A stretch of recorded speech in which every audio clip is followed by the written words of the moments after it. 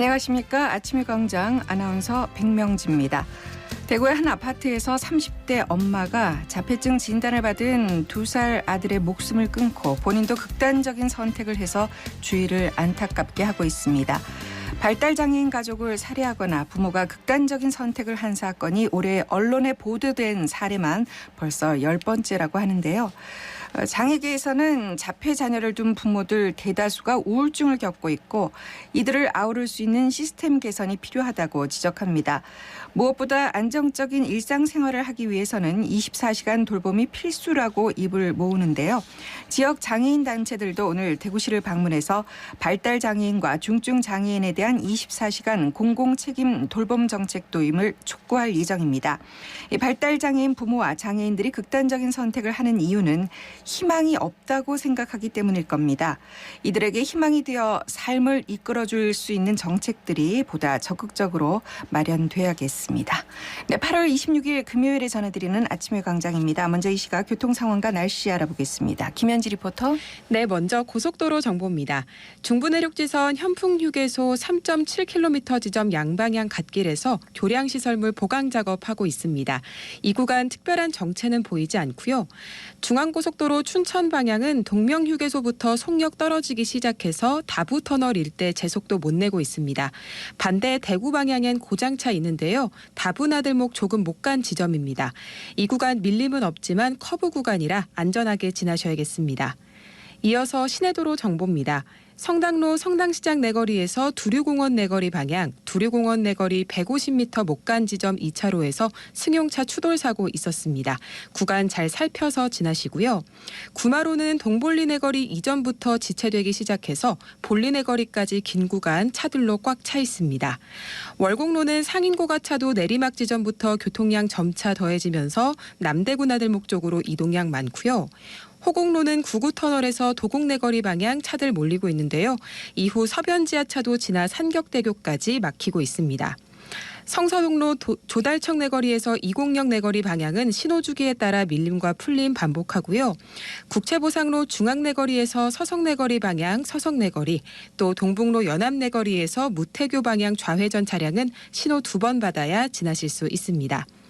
그다음 날씨 정보입니다. 가을이 성큼 다가왔습니다. 오늘 아침 최저기온 안동과 김천 17도, 대구 20도로 출발했습니다. 아침 저녁으론 선선하겠지만 낮엔 30도까지 올라서 조금 덥겠는데요. 기온 변화가 큽니다. 건강관리에 유의하시기 바랍니다. 오늘 아침까지는 출근길 안전운전에 신경 쓰셔야겠는데요. 경북 남부를 중심으로 가시거리 1km 미만의 안개가 끼겠습니다. 대구의 현재 기온은 22.7도, 습도는 72%입니다. 지금까지 김현지였습니다.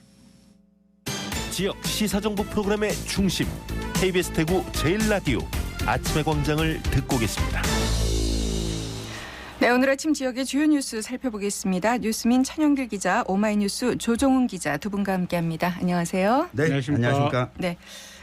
첫 소식 전해주시죠. 네, 이 대구 북구의회가 어제 열린 임시회에서 이 대구 농수산물 도매시장 이전 반대 성명서를 채택했습니다. 네. 이 도매시장이 연간 1조 원이 거래되는 지역 경제의 본거지인데 이전하게 되면 북구에 미치는 영향이 막대하다면서 오히려 현대화 사업에 많은 기대를 걸고 있는 지금 이때 이 주민들을 위해서라도 이전은 불가하다 이렇게 밝혔습니다. 네. 이 반대 성명을 채택하는 과정에서 일부 마찰이 발생하기도 했는데요. 네.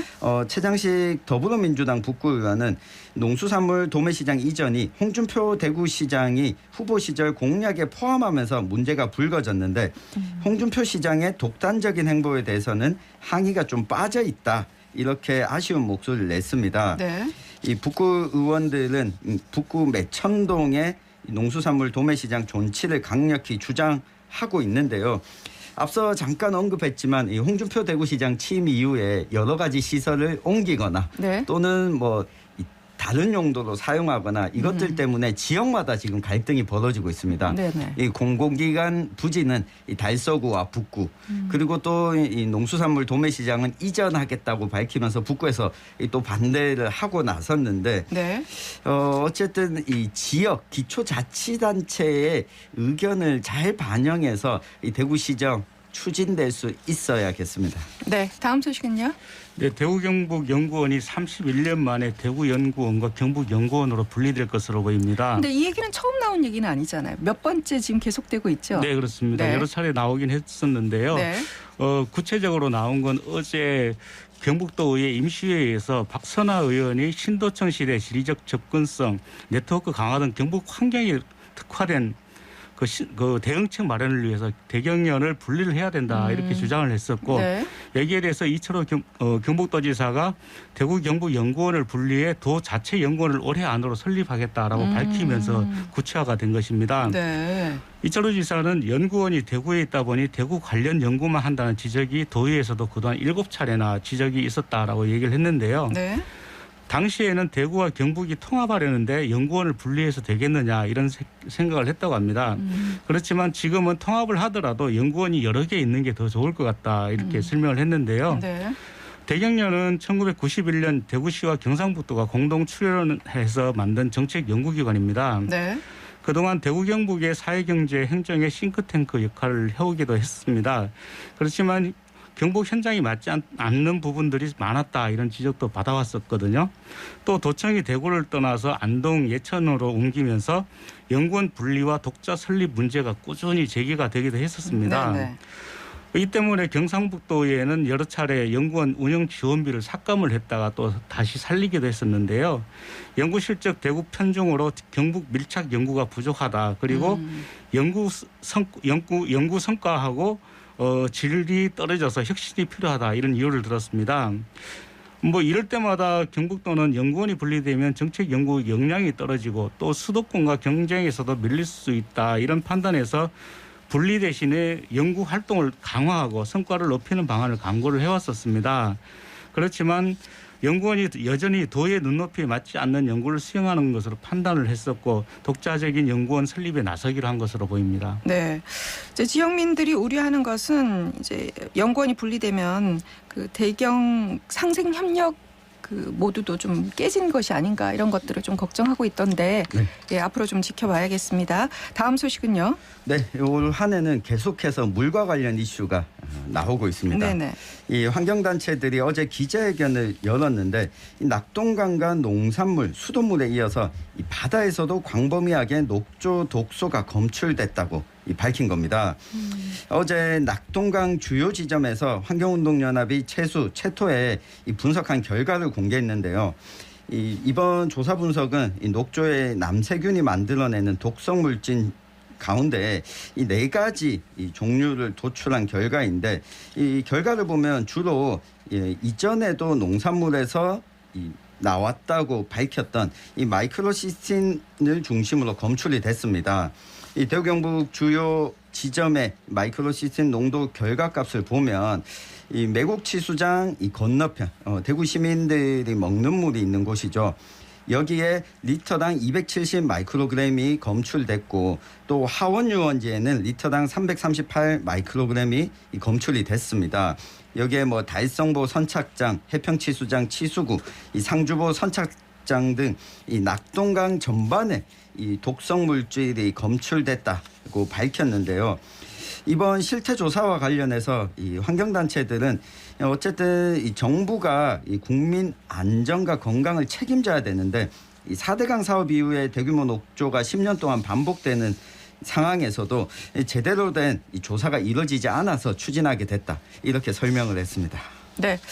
끝으로 한 가지 짧게 또 들을까요? 네, 경북대 병원 본원 이전 논의가 본격적으로 시작이 되는 것 같습니다. 네. 대구시는 대구 경북 거점 국립의료기관인 경북대병원 본원 이전을 적극 지원하기 위해서 경북대병원 이전 TF 지원단을 구성해 운영을 한다라고 밝혔는데요. 네. 지금 중구 삼덕동에 위치한 경북대병원 본원은 진료 공간 부족 그리고 주차장 등으로 그렇죠. 상당히 네.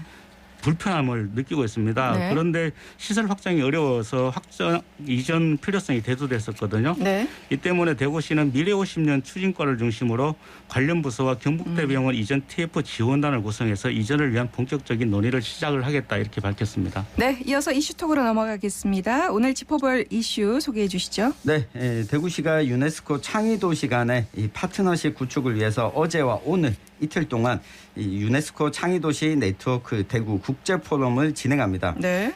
국외의 유네스코 음악 창의도시 관계자와 이 국내 창의도시 담당자들이 만나서 실질적으로 협업을 위한 논의 자리인데 2017년에 음악 창의도시로 선정됐던 대구 그동안의 성과와 앞으로 과제를 한번 짚어보겠습니다. 네.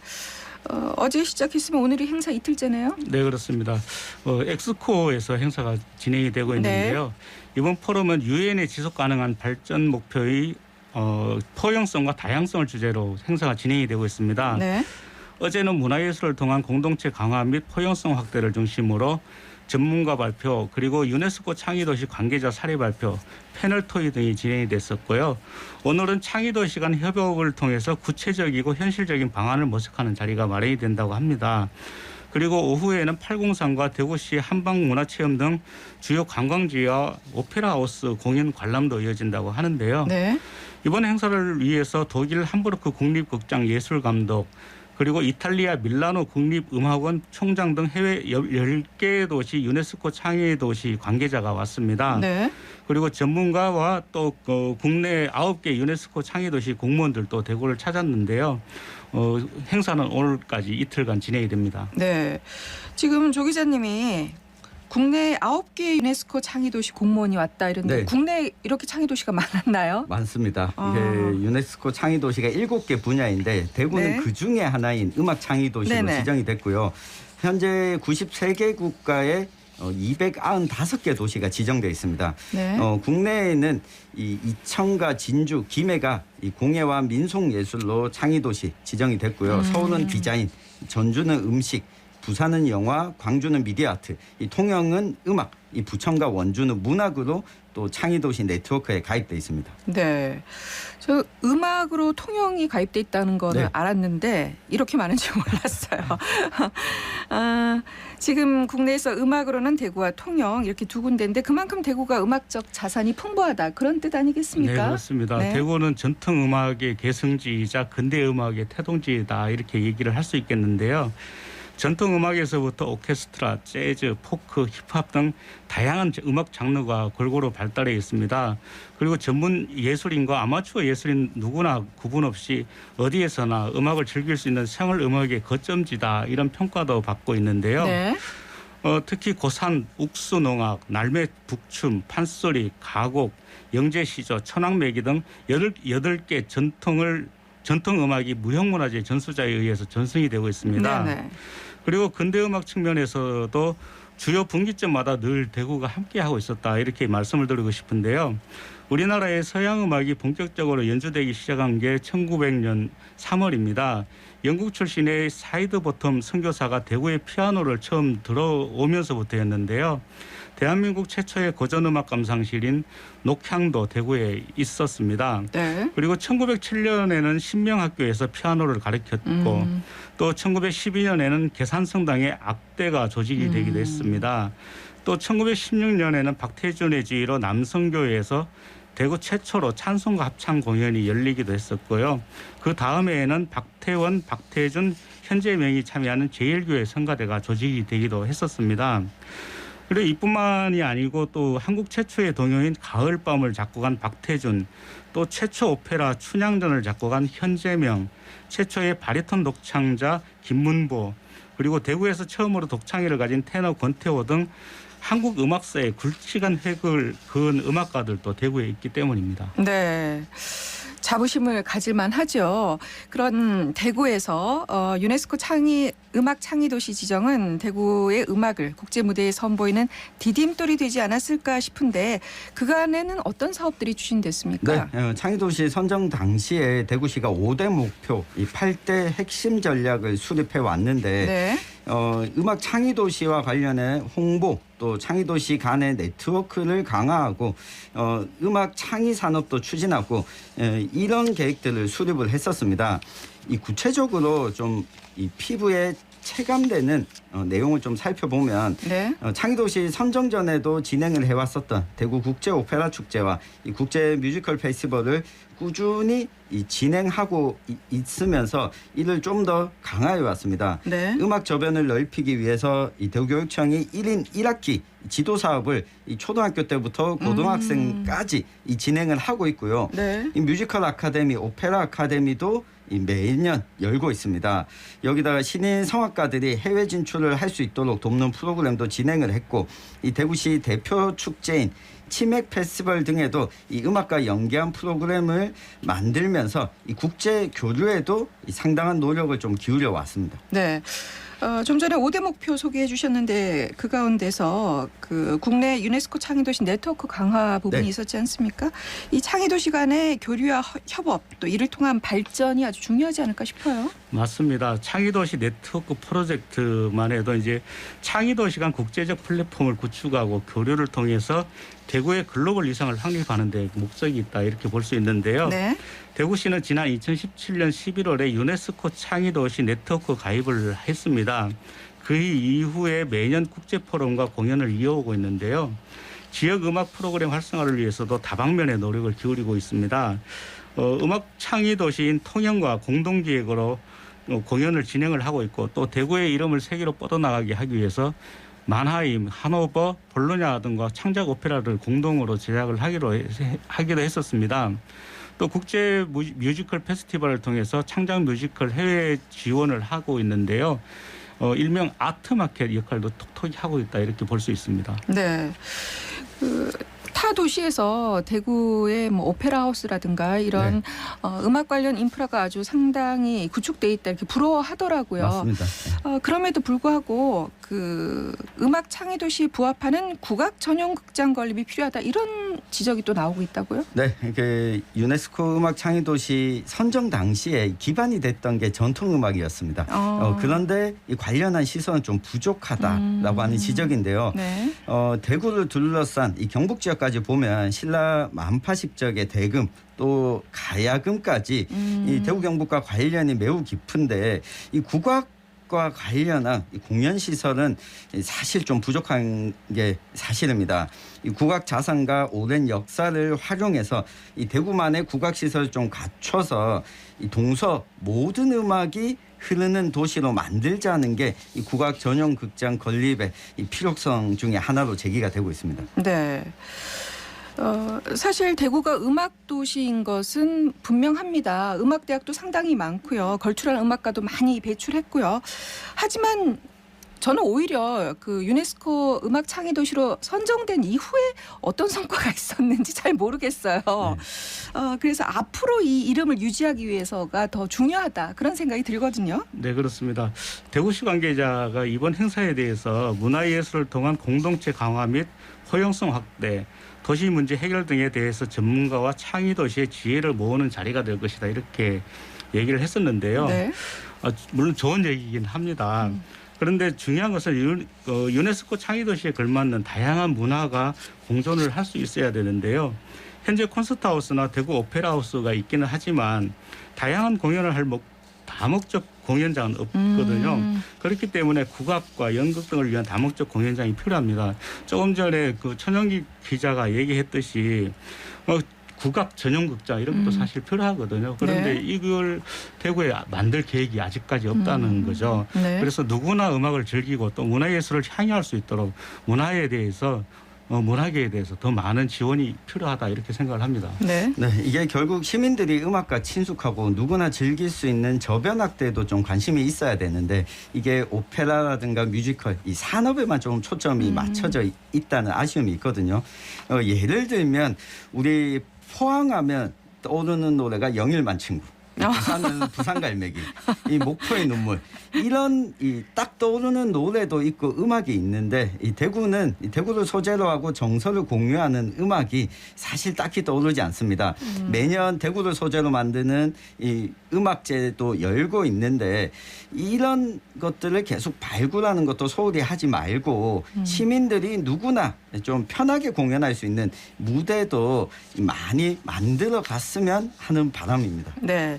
그 이전에 뭐 도심에서 이렇게 소규모로 열리는 뭐 왈츠가 흐르는 네. 도시 뭐 이런 것들도 좋았는데 사실 코로나 때문에 또 어려움도 있지 그렇습니다. 않았나 싶은 생각도 드는군요. 자, 지금까지 뉴스민 천윤길 기자, 오마이뉴스 조정훈 기자 두 분과 말씀 나눴습니다. 고맙습니다. 감사합니다.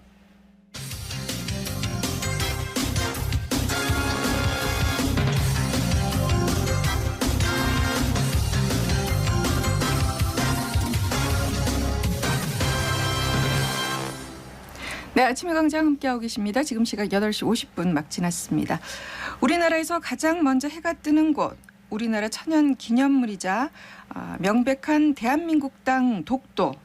오늘은 특별한 독도 사랑을 말하는 분을 윤가영 리포터가 만나고 왔다고요. 네, 지난주 대구대학교에서 국내 대학교에 다니는 외국인 유학생을 대상으로 2022 외국인 유학생 독도사랑 한국어 말하기 대회가 열렸는데요. 네. 이 학생들은 다양한 방법으로 대회를 준비했습니다.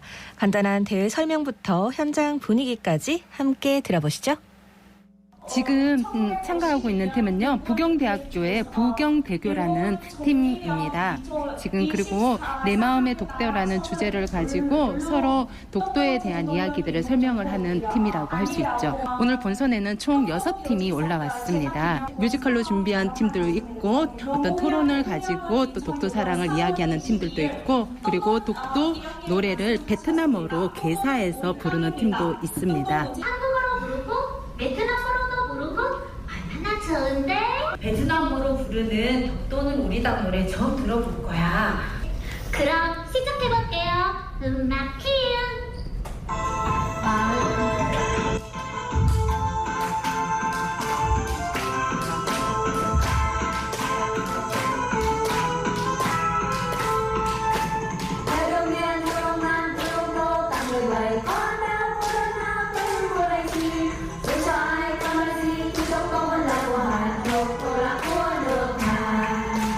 아무리 자기네 땅이라고 웃겨도 독도는 우리 땅이에요. 자, 하나, 둘, 셋. 네, 베트남어로 독도는 우리 땅을 부르는 것, 뭐 우리 청취자 여러분도 처음 들으셨을 것 같은데, 맞아요, 네. 예. 외국인 유학생들의 독도 사랑이 정말 대단하다는 걸 느꼈고요. 네. 이 팀을 포함해서 총 6팀이 본선에 진출했다고요? 네, 그렇습니다. 방금 소리로 들은 팀은 대구대학교 학생들이었는데요. 장려상을 수상을 했습니다. 네. 계명대와 부경대, 가천대, 한국공학대, 카이스트 학생들까지 10개국의 23명 학생들이 본선에 진출했는데요. 이 본선에 진출한 팀 중 이번 경연에서 최우수상을 수상한 카이스트 학생들과 우수상을 차지한 대구대 학생들을 차례로 만나 이번 대회에 참여한 계기와 독도에 대해 알게 된 것들, 어떤 것들이 있는지 들어봤습니다. 토론 수업에서 토론을 즐기면서 하는 분들이 이렇게 모여서 팀을 만들었습니다. 국토 용도 분쟁에 대한 이야기를 준비했어요. 저는 독도는 한국 땅이라고 알고 있는데 이번 기회를 통해서 이번 주가 그 독도를 자기네 땅이라고 웃기고 있고 왜 그렇게 웃기고 있는지 그런 점들이 배우게 돼요. 우리는 이렇게 독도에서 특히 울릉도에서 살고 있는 할머니와 할아버지 모습 있고 저는 독도의 매력을 다 보여주고 싶은 제 생각에는 사실 조지아에서 독도라는 이름으로 국제 축제가 있어요. 그 축제에서는 독도 이름으로 어떤 영화도 보여주고 이렇게 그때도 한복 입은 적이 있었어요. 역사적으로 독도가 한국 땅이라서 역사 모르는 분들 아니면 세계 시민들이 한국 영토 중에서 이렇게 아름다운 섬이 있다는 사실을 다 보여주시는 것이 대회 때문에 독도에 대해서 더 많이 알게 되고 그리고 한국 사람에게 어떤 의미를 가지고 있는지 얼마나 큰 의미를 가지고 있는지 뭘 상징하는지 다 너무 잘 알게 돼서 여기 있는 유학생으로서 뿌듯한 마음으로 가는 것 같아요. 네. 그 조지아에서 온 학생이 있네요. 유럽에 있는 조지아 말하는 거죠? 네, 예. 맞습니다. 여기 조지아에서 우리나라 독도와 관련된 축제가 열린다고 하니까 네. 그것도 참 생소하면서도 반갑네요. 네, 맞습니다. 이 조지아에서는 독도 한국 영화제가 2012년부터 열리고 있다고 하는데요. 조지아에서 유학을 온 리나 씨는 그때부터 한국과 더불어 이 독도에 대한 관심을 가지게 됐다고 합니다. 우리나라에서는 10월 25일을 독도의 날로 제정해서 기념을 하고 있는데요. 이번 행사를 주관한 대구대학교 다문화 사회정책연구소 김현희 교수를 만나 행사에 대한 자세한 이야기 들어봤습니다. 외국인 유학생 독도사랑 한마당이라는 이름에서 알 수 있듯이요. 이 대회는 국내 대학에 재학 중인 외국인 유학생들이 독도에 관해서 자기주도적으로 공부한 내용을 가지고 꽁트나 뮤지컬, 토론 등 다양한 형식으로 표현하는 한국의 경연입니다. 2010년에 시작해서 벌써 12년째를 맞이하고 있는데요. 독도를 행정 관할하고 있는 경상북도가 독도를 우리나라 영토인 독도임을 전 세계에 직접 홍보하기 위해서 기획되었습니다. 독도야 함께 놀래? 라는 주제에 맞게 뮤지컬이나 토론 형식, 본인의 나라 언어로 노래를 부르는 등 여러 사람들이 함께 공감하고 공유할 수 있는 축제와 같이 노는 그런 작품들이 많이 참여하고 있습니다. 네, 심사에서 가장 중점으로 보는 것은 아무래도 유학생들의 시선에서 독도에 대한 지식과 정보를 얼마만큼 잘 표현했는가가 중요하겠죠. 또 이게 한국어 말하기 대회이기 때문에 한국어 능력이나 발표 태도 또한 중요하고요. 최근에 우크라이나 사태를 보면서 한 국가가 나라의 영토와 주권을 지킬 수 있는 힘을 갖는다는 것이 얼마나 중요한지 우리 모두 깨달았다고 생각합니다. 그래서 우리의 영토인 독도를 세계인이 인정하는 독도로 만드는데 기회가 되었으면 합니다. 네, 이번 본선에 진출한 모든 학생들은 경연을 마친 다음 날 2박 3일 일정으로 울릉도와 독도를 찾아서 몸소 아름다운 자연과 또 문화를 체험했습니다. 네. 학생들은 이번 대회를 통해 한국의 땅인 독도를 더 사랑하게 됐다면서 이야기를 전해왔는데요. 내년에도 대회가 열린다고 하니 많은 관심 부탁드리겠습니다. 네, 윤가영 리포터 잘 들었습니다. 고맙습니다. 오늘 대구와 경북 지역은 가끔 구름이 많겠고요. 낮 기온은 26도에서 30도 분포가 되겠습니다. 이번 주말 대구와 경북의 낮 기온이 30도 아래로 떨어지면서 무더위가 한풀 꺾일 전망이라는 반가운 소식도 있네요. 8월 26일 금요일에 전해드린 아침의 광장 마치겠습니다. 함께해 주신 여러분 고맙습니다. 안녕히 계십시오.